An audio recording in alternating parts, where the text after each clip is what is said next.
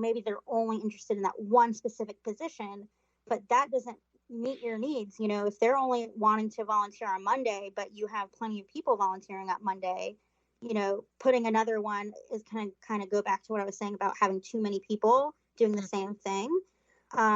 So, reaching out to that person and maybe seeing if they're interested in other things when they find out that their position or their time frame isn't available, communicating that, or you can save their information and reach out to them when you do have that time spot and slot available, or just ask them to apply later. Interviewing is also really, really important. You want to find out why that person wants to volunteer. What's the driving motivation behind that volunteer interest?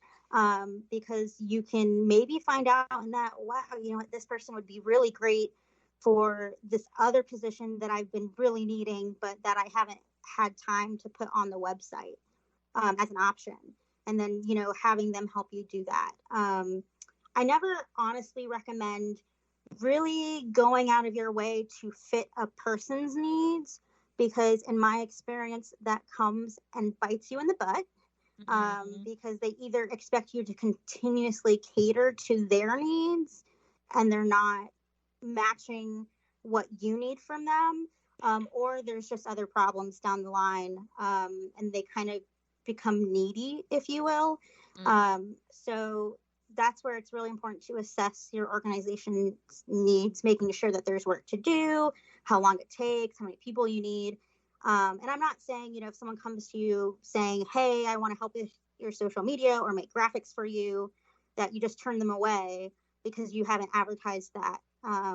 But I am saying just make sure you talk to the people who are either already doing that or will be affected by that, so you can make sure it's a good fit and you're not just throwing someone to do something saying, yeah, I need your help, and then they don't have that clear, clean foundation they need to be successful at it. Yeah. So what would some of your suggestions be regarding how to improve volunteer retention, how to keep them there and keep them happy? Yeah, so it's definitely hard to do that with smaller organizations. It can feel like you're constantly having a revolving door of people interested, and maybe for multiple reasons they can't stay. I'm very data driven. You'll probably, if you haven't figured that out by now, I'm very data driven. So if you can either get a volunteer to help you with this, or someone that might be good at this, I am a fan of exit surveys. So if you have no idea at this point in time why you're struggling so hard to keep good volunteers, or even anybody at this point to stay and really make a lasting impact, find out if you have everyone's the email addresses of people that were volunteers with you, which I highly recommend keeping that information even if they've moved on. Send them a quick survey saying, hey, can you tell us a little bit more about your volunteer experience that you had with us? What made you leave? And it can be completely anonymous. You don't need to know their name when they fill it out. I usually do this, a couple of times a year and just see who's left, and do a mass email of the survey to them. And so that way, I don't really ever know who it was that has filled out the survey. But that will give you some really good information of maybe you have an issue with staff in one department. If you are a larger organization that has different departments and staff, or maybe you find out that there's an issue with a volunteer that you are utilizing in like kind of a coordinator or manager capacity. It could be a people problem. It could be a training problem.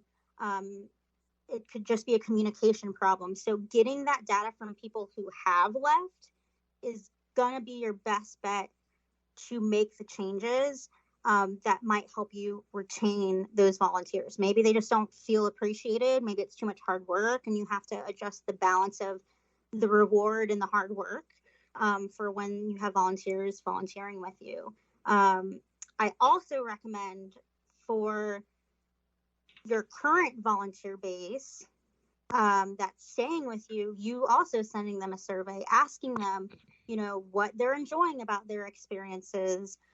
Did they have good training? Do they have good communication?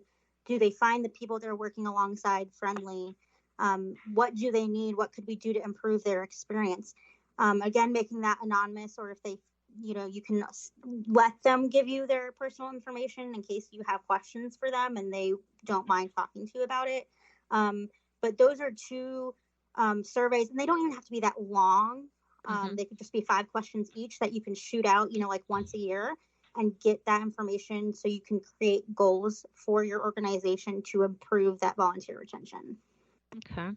So in closing here, I want to ask a couple questions about Farmhouse Animal Sanctuary. Yeah. So what would I know they need volunteers, and if you're local here in the Manatee County area or Sarasota County here in Florida, they're always looking for volunteers and they need them desperately. So what would the volunteers do there? So there's a couple different options. Mainly, like what I do, I go early in the morning and start cleaning the barn stalls, feeding the animals. So they always need help with that. But they also need a lot of people who maybe are handy with maintenance work, helping replace fences, finish building some different enclosures. Like we're currently working on finishing a new duck enclosure for our ducks so that they have a fun, exciting, bigger space to exist. And then we desperately need an electrician who can help us set up electricity in multiple areas of our sanctuary. And I know I'm actually working to kind of help find some drivers who might be interested in picking up food for the sanctuary on a weekly or bi-weekly basis, so that it kind of saves Lisa some time driving to get the food. So those are a couple kind of things that we need help with. Okay. And would high school students that volunteer be able to get some credits for their volunteer work at school? Yes, absolutely.